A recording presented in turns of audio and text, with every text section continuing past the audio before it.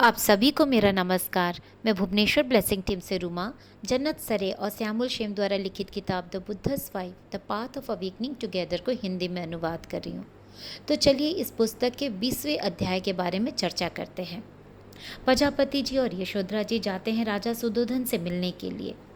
प्रजापति जी उन्हें बताती हैं कि वास्तव में अब सिद्धार्थ बुद्ध हो गए हैं, एक रत्न, एक प्रबोध, शायद संसार के सबसे सम्मानित पवित्र मानव। और वे आशा करती हैं कि कुछ ही दिनों में या महीनों में बुद्ध वापस आएंगे और वो तैयार हैं शाही स्वागत करने के लिए। लेकिन यशोधरा जी अभी भी दुविधा में थीं। ये सुनते ही राजा सुदोधन भड़क उठते हैं गुस्से में और क्रोधित हो जाते हैं। कहते हैं, मैं भी इस बारे में सुना, लेकिन ये बात उन्हें नहीं छुआ, क्योंकि जो नुकसान सिद्धार्थ ने किया है अपने जन्म के अधिकारों को त्याग करके, उनके नाम को त्याग करके, वो क्षमा न करने योग्य है। वे बिल्कुल सहमत नहीं थे सिद्धार्थ के सत्य की खोज को लेके, उस खोज की गहराई से, उनकी शिक्षण से। राजा सुदोधन बुद्ध के प्रबोध व्यक्ति को, जितने लोग को वो जानते हैं या मिले थे, वे सब छलपूर्ण थे। और जितने वे अपने पुत्र को जानते हैं, उन्हें नहीं लगता है कि वो सबसे भिन्न है, अलग थे। राजा सुदोधन की कड़वाहट अपने पुत्र के प्रति बहुत ही थी, चारों ओर फैली थी। राजा कहते हैं, सिद्धार्थ और बुद्ध ठीक है, अगर हैं भी तो सिद्धार्थ को इस वास्तविक दुनिया से फिर क्या मतलब? उन्हें यहाँ क्या ज़रूरत है आने की? इस परिवार से उन्हें क्या मतलब है? राजा के लिए उनका पुत्र अब इस दुनिया में ही नहीं है, और बिना बुलाए सिद्धार्थ को यहाँ महल में आने की ज़रूरत ही नहीं है।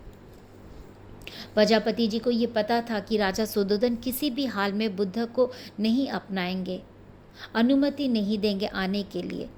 लेकिन प्रजापति जी भी ठान ली थी और वे अब इसे अपना दृढ़ विश्वास मान ली थी, क्योंकि और कोई तरीका ही नहीं था विरोध करने का। वे अपने गुस्सा को व्यर्थ करती हैं जो उन्होंने बहुत दिनों से अपने अंदर रखा है, जो वो राजा से बहुत सालों से पहले कहना चाहती थीं, पर बहुत ध्यान से, क्योंकि प्रजापति जी को ये लगता है और वो कहती हैं कि राजा अपनी उम्मीदों को कभी छोड़े ही नहीं जो वो सिद्धार्थ के प्रति रखे थे, और ना ही कभी अपनी चोट, अपनी घायल गौरव को स्वीकार किया सिद्धार्थ अपने पुत्र के घर छोड़ने का। राजा सुदोधन हर यादों को मिटा देना चाहते थे अपने पुत्र का, और कोशिश कर रहे थे ताकि वो अपने पौत्र को एक अलग राह के लिए प्रभावित कर सके, जो पूरे समुदाय के लिए गलत था। यशोधरा जी पूरी तरह से अपने आप को चुप कर ली थीं और वहाँ पे चुपचाप सुन रही थी, और फिर कक्ष से बाहर चली जाती हैं। प्रजापति जी की सराहना करती हैं, क्योंकि वो पूरे समुदाय के लिए अकेले खड़ी थी, और प्रजापति जी सिर्फ कोशिश कर सकती थीं, क्योंकि वे एक रानी भी थीं। यशोधरा जी जानती थी कि प्रजापति जी की नाराज़गी प्रजापति जी के लिए, राहुल के लिए, सभी के लिए नुकसानदायक था। और उस रात महल में उस शाही कक्ष से नाराज़गी की आवाज़ आ रही थी, राजा और रानी के बीच से, और ये एक चौंका देने वाली बात थी सभी के लिए। और ये काफ़ी देर तक चलती रही। राजा सुदोधन अपने गुस्से में अंतिम शब्द कहते हैं उस दिन, और ये सभी के लिए था। सिद्धार्थ जब गए यहाँ से तो हम सबको अलग किए थे, और जब वो वापस आ रहे हैं तब भी हम सबको अलग कर रहे हैं। प्रातःकाल राजा सुदोधन एक आदेश भिजवाते हैं, जारी करते हैं, सिद्धार्थ अब मृत हैं और यहाँ उनका स्वागत नहीं किया जाएगा। प्रजापति जी भी यशोधरा जी के पास जाती हैं, जो पूरी बातें ध्यान से सुन रही थी प्रजापति जी का। लेकिन यशोधरा जी कुछ भी प्रतिक्रिया देने से इनकार कर देती हैं। प्रजापति जी बहुत उत्साह और खुशी से बता रही थी सारी बातें यशोधरा जी को, सिद्धार्थ के घर वापसी को लेकर, और पूछती हैं यशोधरा जी से कि वे इतना चुप क्यों हुए हैं। यशोधरा जी कहती हैं, केवल राहुल को सिद्धार्थ की ज़रूरत है, और हम सब राजा सुद्धोधन से ये आशा रखते हैं कि वो सिद्धार्थ को आने की अनुमति दें। यशोधरा जी कहती हैं वे और प्रजापति जी को दोनों साथ मिल के खड़े हैं और हमेशा साथ रहेंगे। हम सभी की ज़रूरत है सिद्धार्थ को खुले दिल से स्वागत करने का, सिर्फ राहुल के लिए। यशोधरा जी फिर कहती हैं जब सिद्धार्थ वापस आएंगे या आते हैं अपनी यात्रा से और यशोधरा जी से बात करना चाहेंगे तो यशोधरा जी तैयार थीं उनसे बात करने के लिए और वो करेंगी भी। लेकिन न यशोधरा जी सभा आरंभ करेंगी और ना ही पहले बातचीत करेंगी और यही मदद की अपेक्षा करती हैं सभी से वहाँ। और ये सुन के प्रजापति जी गुस्सा हो जाती हैं यशोधरा जी से और वहाँ से चली जाती हैं। यशोधरा जी प्रजापति जी की भावनाओं को बहुत अच्छी तरह से समझती थीं। प्रजापति जी सिद्धार्थ की वापसी या ना वापसी के वास्तविकता से तैयार नहीं थीं। प्रजापति जी को ये पता था कि एक बुद्धा के रूप में सिद्धार्थ का अपना तो कोई घर ही नहीं है, लेकिन राजा और रानी के बीच का संघर्ष चलता रहा। यशोधरा जी सभी कुछ ध्यान से देख रही थी, सुन रही थी, लेकिन एक भी शब्द कहने से मना कर दिया था। यशोधरा जी का बहुत ही बुरा लग रहा था कि अकेले ही प्रजापति जी सब कुछ देख रही थी, लेकिन कोई मदद नहीं कर रही थी यशोधरा जी प्रजापति जी को। राजा के साथ कुछ दिनों तक महल में सब कुछ उथल पुथल हुआ पड़ा था।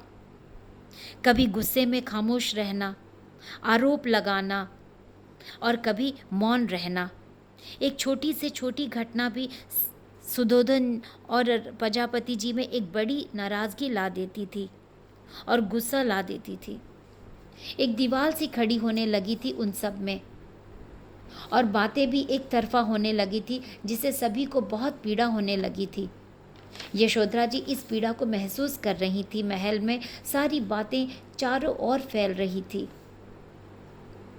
यहाँ वहाँ की गलत गपशप होने लगी थी, गलत विचार जागृत हो रही थी, सोच गलत होने लगी थी, विशेष रूप में महिलाओं में विभाजित होने लगी थी, अलग पड़ रही थी सारी बातें। सारी समूह में एक अलग भावना जाग रही थी। ऐसा लग रहा था मानो महल में आंतरिक युद्ध हो रही हो और आपस में सब जूझ रहे हैं।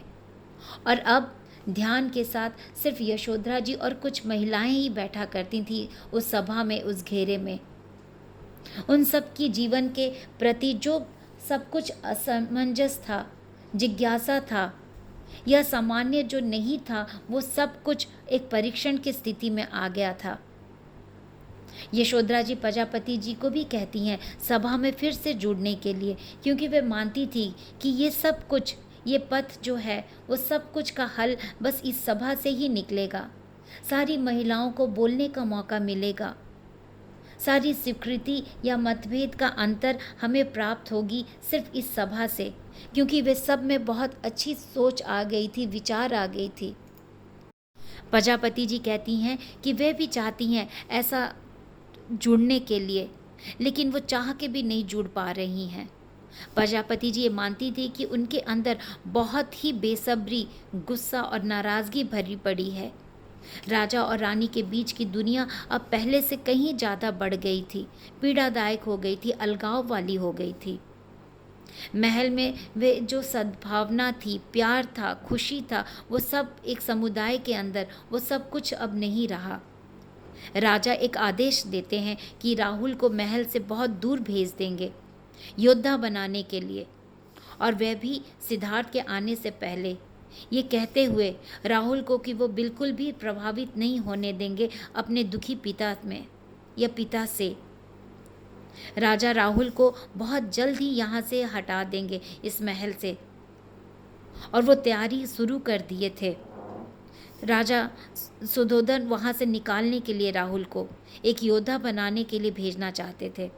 आखिरकार ये सब कुछ सुन के यशोधरा जी राजा के पास जाती हैं और उनकी व्यथा को सुनना चाहती हैं, क्योंकि राजा अपने आप में ही बहुत दुख से भरे हुए थे। राजा कहते हैं कि वे अपने आप में बहुत दुखी हैं और वे उनको पहले ही कह दिए हैं कि उनके लिए उनका पुत्र मृत है, यही व्यथा है। यशोधरा जी ये सुनती हैं, बैठ जाती हैं अपने आँखों को बंद करके ध्यान मुद्रा में, अपने शांत स्वभाव से, सामान्य स्थिति में, अपने सांसों के साथ। उनकी आँखों में आंसू थी, लेकिन आवाज़ में दृढ़ता थी। और इसी शक्तिशाली स्वर में वे राजा से पूछती हैं, आपने अपने मृत पुत्र पे कभी भी रोया क्यों नहीं? राजा चुप हो जाते हैं और गुस्से में रहते हैं। यशोधरा जी को वहाँ से जाने के लिए कहते हैं और ये भी कहते हैं कि कल राहुल जा रहा है, अपने पुत्र के जाने का तैयारी करो। यशोधरा जी कहती हैं, कल से वो ना कुछ खाएंगी, ना कुछ पिएंगी और ना ही कुछ बोल लेंगी, और उनकी मृत्यु का कारण सिर्फ राजा ही हैं और उन्हीं के हाथ में है। राजा वहाँ से यशोधरा जी को भेज देते हैं, लेकिन उस रात राजा के लिए एक यातना वाली रात थी। प्रजापति जी भी उनसे कोई बात नहीं की और सो गईं। राजा को बिल्कुल भी आराम नहीं था। यशोधरा जी की कही हुई सारी बातें उन्हें चुभ रही थी और प्रातः उन्हें ये बताया जाता है कि महल की सारी महिलाएं, प्रजापति जी भी निर्णय ली थी कि अन्न सन त्याग देंगी और मौन रहेंगी। उनका सेवक उन्हें आकर ये सूचना देता है कि वे सब ना बोलेंगी, ना खाएंगी और ना ही कुछ पिएंगी, और वे सब का मृत्यु का कारण राजा ही होंगे, उन्हीं के हाथ में है। अकेलेपन में वे पूरी रात ऐसे ही रह गए और एक रात और बीत गई ऐसे ही।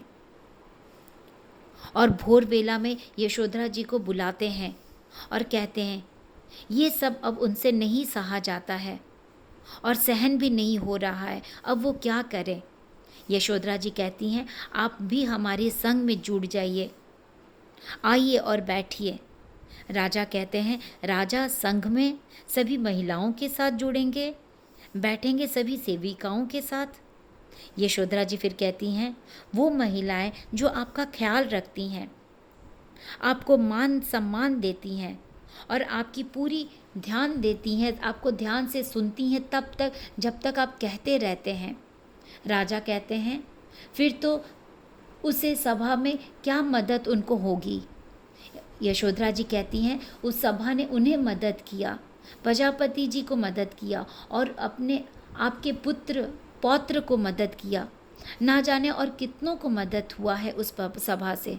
फिर यशोधरा जी जाने के लिए उठ जाती हैं और कहती हैं कि सभा के अलावा और इस विषय में उन लोग कोई बात नहीं करेंगी, और अभी भी से वो ना खाएंगी और ना कुछ पिएंगी तब तक जब तक राजा अपने पुत्र यानी सिद्धार्थ को आने की अनुमति नहीं देते हैं, और यशोधरा जी के पुत्र को उसके पिता यानी सिद्धार्थ से मिलने की अनुमति नहीं देते हैं। अलग होके रहने उस पीड़ित व्यक्ति की तरह होता है जिसके चारों ओर कष्ट ही रहता है। दूसरों के साथ कष्ट में रहना, उसकी देखभाल करना, जो वो खुद में पीड़ा महसूस करता है, लेकिन दूसरी की पीड़ा को सुनता है, समझता है और शांति प्रदान करता है, और एक दूसरे के साथ उसके दुख में सराहना देता है, सहारा बनता है, हर किसी के लिए शांति लाता है, दिलासा देता है। यशोधरा जी वहीं तब तक रुकी रहीं जब तक राजा उनकी आंखों में नज़र से नज़र नहीं मिलाए। यशोधरा जी राजा से कहती हैं, मैं आपसे अनुरोध करती हूँ, विनती करती हूँ कि आप इस सभा में शामिल हो जाइए, कम से कम उस पीड़ा के लिए जिसकी लहर हमारे चारों ओर फैली है। और यशोधरा जी की यही विनती के साथ ये अध्याय यहीं समाप्त होता है। नमस्कार।